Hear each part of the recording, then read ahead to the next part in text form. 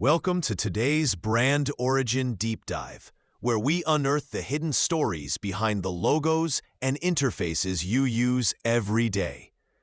You've heard of the product, but do you know how a forgotten corporate archive, a strange physical mock-up, and a struggle against complexity reshaped its global image forever? This isn't just about design.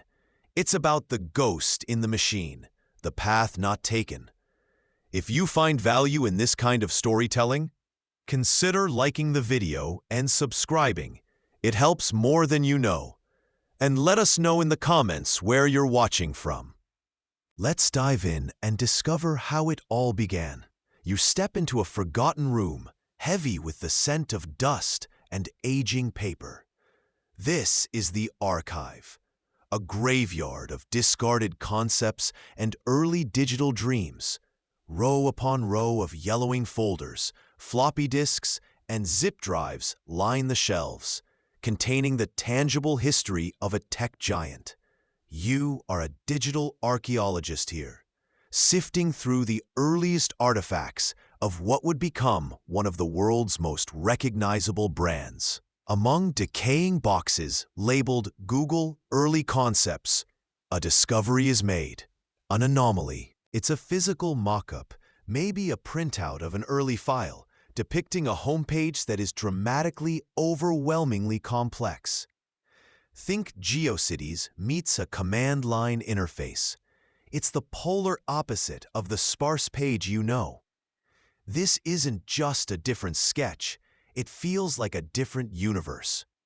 This finding is a major historical milestone, revealing a path that was clearly considered but rejected. The core of the brand, even then, was conceptually the search bar and the vast expanse of white space around it. The brand core you were meant to focus on. The anomaly introduces an unsettling emotional tone. Why was something so drastically different explored? What were they running from? This visual fragment, this ghost of complexity, becomes a persistent, unsettling feeling tied to the archive materials. The symbolic thread begins its weave here. Analysts continue to question the reasoning behind exploring such a cluttered alternative, especially given the eventual commitment to minimalism. This suggests that the iconic simplicity wasn't an obvious or easy choice, but the result of a significant internal struggle against powerful forces or competing visions. It hints that the battle for white space was hard-won. Building on what came before, the mystery of the complex mock-up deepens as we explore the context of its creation. The early web was a chaotic place, a digital Wild West filled with blinking banners, animated GIFs, and cluttered portals trying to be everything to everyone. This environment is key to understanding the forces at play. Against this backdrop of digital noise, Google's founders, Larry Page and Sergey Brin, had a radical idea: focus solely on search. Their major historical milestone was the unwavering commitment to this single function, initially coded in a dorm room, a stark contrast to the portal model dominating the era. The complex mock-up found in the archive now seems less like a standalone anomaly and more like a ghost from a parallel dimension, perhaps a concession explored briefly, or a what-if exercise born from external pressures to add features. A quirky, lesser-known detail from this time is the early belief among some original team members that the homepage needed more things to keep users engaged and clicking, echoing the prevailing web design trends. Larry and Sergey famously resisted this, prioritizing speed and simplicity above all else. Brand historians still debate whether the complex mock-up was a genuine design proposal, a stress test, or a negotiating tactic. The tension between this ghost of complexity and the nascent brand core, the clean search bar, highlights the core conflict of the brand's early identity. Would it conform to the noisy web, or would it fundamentally redefine it? This internal battle shaped not just a website, but the user experience of an entire generation. As explored in the previous phase, the founders' commitment to minimalism was a defiant act against the maximalist trend of the late 90s. The simple search bar became a battleground. The major historical milestone that solidified this approach was the official public launch of Google.com, with its stark, uncluttered design.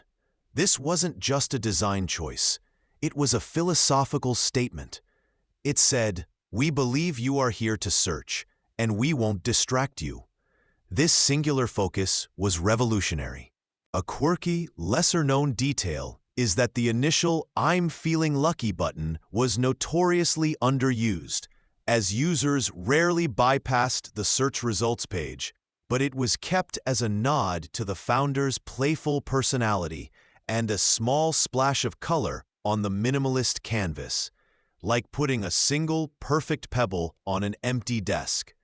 Analysts continue to question the reasoning behind keeping features like the "I'm feeling lucky" button for so long, despite their low utility, suggesting a blend of sentimentality and a strategic unwillingness to clutter the sacred white space. The symbolic thread of complexity persists, however. Even as the homepage remained clean, the back-end algorithms were incredibly intricate, a hidden engine of staggering complexity powering the simple facade. This contrast between external simplicity and internal sophistication became a hallmark of the brand, mirroring the struggle visible in the archive's discarded designs.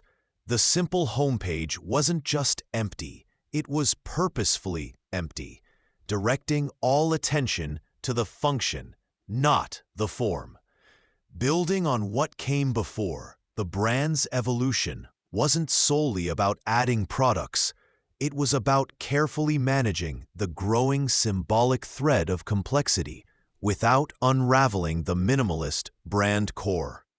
The challenge became, how do you offer Gmail, Maps, YouTube, and 100 other services without turning the homepage into the chaotic mess glimpsed in the archive? A major historical milestone in this balancing act was the introduction of the app grid icon. This small button, tucked away, became the portal to the brand's expanding universe, keeping the homepage clean while providing access to incredible complexity. It was a clever spatial solution to a potentially overwhelming problem, much like how Marie Kondo might hide away useful but visually noisy items in neat boxes. A quirky, lesser-known detail is the internal debate about whether to add a persistent navigation bar across all Google properties early on. The decision to largely keep services distinct, linked primarily through the app grid and search results, reinforced the idea that the core experience remained centered on search, even as the ecosystem grew around it. Brand historians still debate whether the app grid was the best solution or merely a pragmatic compromise to prevent homepage clutter. The ghost of complexity, once a terrifying potential design, transformed into a managed, organized network accessed through a single click, demonstrating the brand's ongoing struggle and eventual mastery of keeping things simple on the surface, even as the underlying system became immensely sophisticated. As explored in the previous phases, the brand's commitment to minimalism profoundly impacted the entire internet. The stark, fast-loading homepage became the antithesis of the noisy portals it competed with, subtly shifting user expectations for online experiences. The major historical milestone here is the widespread adoption of clean, functional design across the web, directly influenced by Google's success. Other sites began to declutter, prioritizing speed and user focus over flashy distractions. It was a sea change in digital aesthetics, where content and function took precedence. This proved that users valued efficiency and clarity. But quirky, lesser-known detail is the surprising number of early feature requests Google received for things like changing background colors or adding personalized widgets directly to the homepage. Essentially, requests to bring back the complexity visible in the archive mockup. The consistent refusal to implement these on the main page underscored the brand's core philosophy. Analysts continue to question the reasoning behind resisting personalization options on the homepage for so long, arguing it might have increased user engagement for some, but the brand prioritized universal speed and simplicity. The symbolic thread of complexity was acknowledged, but channeled into other areas. Google Labs for experimental features, or separate product pages. The brand core, the search bar and white space remained sacrosanct, proving that sometimes the most powerful statement is the one that isn't made at all. The lack of visual noise became its loudest declaration. Building on what came before, the brand's journey from a dusty archive full of complex concepts to a global symbol of digital simplicity is a powerful narrative about focus and resistance. The enduring legacy of the brand core, the clean search bar, and its surrounding white space lies not just in its aesthetic, but in its function. It cleared the path for information. The symbolic thread of complexity, glimpsed in the archive, didn't disappear. It became the intricate engine powering the back-end, the diverse ecosystem housed behind a simple icon. This dichotomy is a key lesson. True simplicity often requires immense complexity operating beneath the surface. The final major historical milestone is perhaps the moment the homepage became so ingrained in global consciousness that its minimalist design was no longer remarkable, but expected, a quiet testament to the success of the initial radical choice. A quirky, lesser-known detail is how internal teams sometimes referred to the white space around the search bar as sacred ground, reinforcing its untouchable status. Brand historians still debate whether this level of adherence to the initial vision was stubbornness or strategic genius, especially as mobile interfaces later introduced slightly more visual elements. The ghost of complexity, once a potential disaster, became a reminder of the path not taken, highlighting the importance of clarity in a chaotic world. The brand's journey is more than just a corporate history. It's a reflection of the digital age itself, navigating noise, complexity, and the struggle for clarity. We began in a forgotten archive, confronting a spectral vision of what might have been, a cluttered homepage embodying the early web's chaos. We saw how the simple search bar became a radical brand core, a defiant act of minimalism against a noisy world. We followed the symbolic thread of complexity, not as something to be feared and discarded, but as something to be managed, organized, and hidden behind a clean facade. We witnessed the impact of this philosophy, reshaping not just a brand, but the very landscape of the internet, prioritizing speed and focus over distraction. The story of the search bar and the white space isn't just about design. It's about user experience, about making the digital world navigable. It teaches us that sometimes the most powerful innovation is not adding more, but taking away everything unnecessary, leaving only the essential. And maybe, just maybe, the soul of a brand is never in its product, but in the people, stories, and stumbles that shape it. Building on what came before, you find yourself plunging into the initial creative chaos at Google. The team isn't just building a search engine. They're under intense pressure to build a portal, just like everyone else vying for eyeballs in the nascent web era. This is where you witness the brand core take its first confused steps, a multiplicity of failed and shelved product integrations considered for that crucial homepage real estate. Imagine mock-ups plastered with news headlines, shopping modules, stock tickers, maybe even a rudimentary chat window, a digital everything store before its time. Early prototypes unearthed from forgotten servers show just how far down this rabbit hole they went. This period is defined by clashing visions. You see the character backstories unfolding. Perhaps one founder leans towards a maximalist approach, wanting to capture the full breadth of the internet on one page, while another instinctively pulls towards simplicity, a clean interface focused solely on the search box. These aren't just design preferences. They reveal deep internal conflicts about what the brand should be. The emotional shift is palpable. The initial excitement and boundless possibility give way to confusion and genuine anxiety as the team grapples with how to present the overwhelming nature of the early web without burying the user.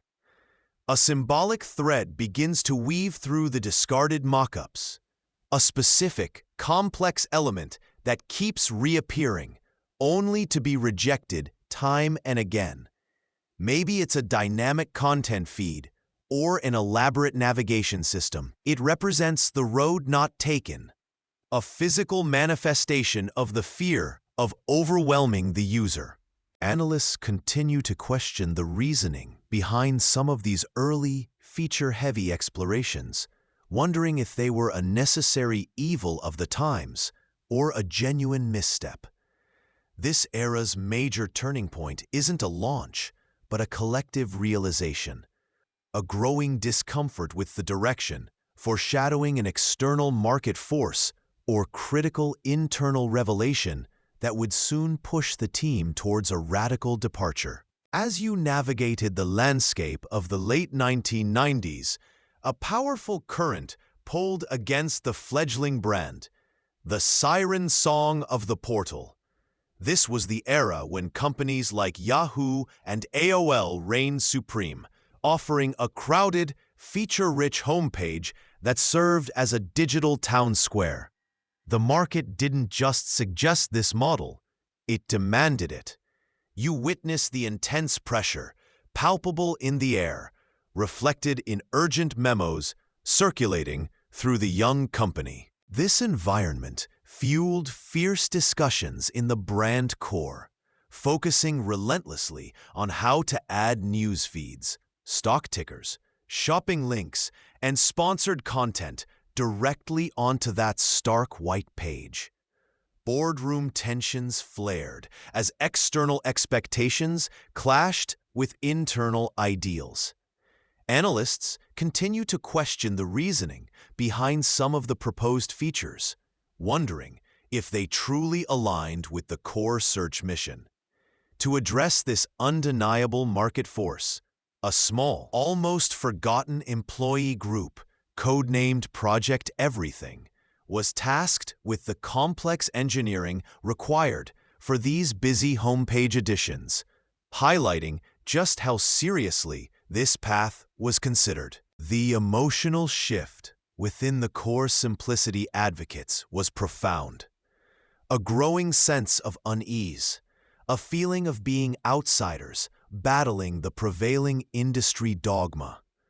The symbolic thread became painfully clear when the complex, cluttered wireframes, despite being internally rejected, appeared in business plans and investor presentations not as options, but as required features, a stubborn ghost of market expectation. Yet beneath the surface of this pressure cooker, hints of a pivotal conflict or a vital discovery began to emerge. suggesting that the clean, simple page wasn't merely a design preference, but potentially a strategic necessity, perhaps even a crucial defensive posture against unseen threats. The pressure mounted, a palpable force in the war room, where wireframes and feature lists lay scattered like casualties. Building on what came before, the team now faced their most brutal challenge, the Great Erasure. This wasn't just refinement, it was a conscious, often painful, act of corporate archaeology, stripping away layers built with sweat and passion. The brand core in this phase became the removal process itself, a testament to subtraction as strategy.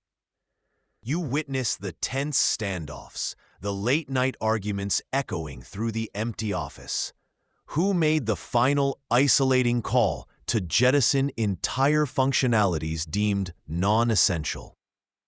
It's rumored to have been the head of product, a decision that cost the company some of its most visionary early engineers who couldn't bear to see their creations discarded. This marked a major turning point, solidifying simplicity as the company's absolute North Star. The emotional shift was profound, a pervasive sense of loss for creative possibilities, coupled with the stark, almost terrifying realization of the raw power inherent in emptiness. Imagine seeing the design document for Project Chimera, the planned all-in-one hub, with entire sections like integrated gaming or predictive AI feeds simply crossed out, deemed excess weight. This discarded element became a symbolic thread representing everything consciously rejected for the stark, blank space. Foreshadowing suggests the why behind this extreme simplicity wasn't purely aesthetic. It might have been a reaction to a critical, hidden technical vulnerability or a fundamental constraint the system couldn't escape, hinting that the blankness was less a choice, more a necessity. Analysts continue to question the reasoning behind such radical pruning, wondering if the full story of what was truly being compensated for has ever been told. Section 5. Building on the stark decision that led to the clean design, you witness the immediate aftermath. The home page launches, and nothing. Or rather, just the search bar. This is the brand core made visible, its public debut. Initial reception is a jolt. Was this intentional? Is it broken? Early user feedback floods in, a mix of praise for speed and confusion over the lack of everything else. Press coverage is skeptical, sometimes mocking, comparing it unfavorably to feature-rich competitors. Internally, there are real anxieties. It feels like showing up to a potluck with just a spoon. Meanwhile, the forgotten designer introduced earlier sees their maximalist vision, years of detailed mock-ups, relegated to the digital equivalent of a dusty attic box. Their fate underscores the stark contrast between the abundant past and this sparse present. This is the emotional shift. Uncertainty hangs heavy, but slowly, a dawning realization takes hold. The simplicity isn't just emptiness, it's power, speed, clarity, focus. It's a major historical turning point where user behavior shifts because the site allows them to focus. Yet, a lingering unease persists, a whisper of what was lost or why such severity was needed. The symbolic thread of the discarded element becomes a ghost story in company lore, a reminder of the maximalist path avoided. Analysts continue to question the reasoning behind such radical initial minimalism versus gradual feature addition, debating if it was genius or born of hidden necessity. And beneath that clean surface, foreshadowing hints at an ever-growing, unseen complexity beginning to stir. Section 6. The blank canvas reflects epilogue. Building on the journey we've shared, tracing the roots of a digital giant, we arrive at the enduring image, the blank canvas homepage. This final section reflects on the profound, almost haunting, cultural and psychological impact of Google's radical embrace of emptiness. What began as a necessity, a technical constraint driven by the founders, desire for speed, and perhaps a touch of anti-establishment rebellion against cluttered portals, solidified into the very brand core of Google. You witness how this stark, white space didn't just redefine user expectations for search, it arguably redefined the entire internet experience, shifting focus from navigation hubs to direct access points. The symbolic meaning of this blank space is a wellspring of debate. Analysts continue to question the reasoning behind its unwavering presence. Is it a symbol of ultimate focus, an assertion of control over the digital chaos? Or does its starkness hint at emptiness, a void waiting to be filled by your queries? Or perhaps even a subtle reflection of the founders' initial technical limitations? As explored in previous phases, the symbolic thread of discarded complexity, the early, feature-rich prototypes, the debates about portals versus simplicity, still subtly influences how we perceive Google today. Its evolving identity, now encompassing complex ecosystems, from phones to AI, constantly contrasts with that foundational simplicity. The story leaves you grappling with the emotional shift this brand evokes. There's immense respect for the monumental success born from a seemingly negative space, a design choice defined by what it didn't include. Yet, there's a wrestling with the lingering questions and ambiguities about its origins and true nature. Was the simplicity a genuine expression of a user-first philosophy, or a necessary mask born from technical constraints and a pragmatic need for speed? That quirky, lesser-known detail of the founders initially having to tell people the Google page was done and not loading because it was so blank feels less like an anecdote and more like a prophecy. It highlights how counterintuitive, even unsettling, that simplicity was.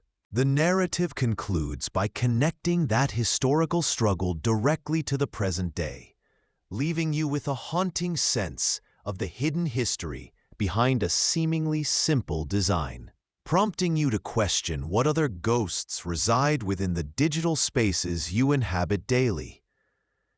As our deep dive into Google's foundational story winds down, you're left reflecting on the powerful lessons embedded within that iconic white space. The key takeaway isn't just about design choices. It's about how constraints can breed innovation, how negation can forge identity. Google's long-term brand legacy is a testament to the idea that sometimes the most powerful statement is the one that says the least. The cultural symbolism of that blank page continues to resonate. It represents not just a search engine, but an expectation of efficiency, directness, and a portal to infinite information, all accessed through a simple, accessible interface. It's a lesson in understanding user psychology, the quiet power of focus in a noisy world. And maybe, just maybe, the soul of a brand is never in its product, but in the people, stories, and stumbles that shape it.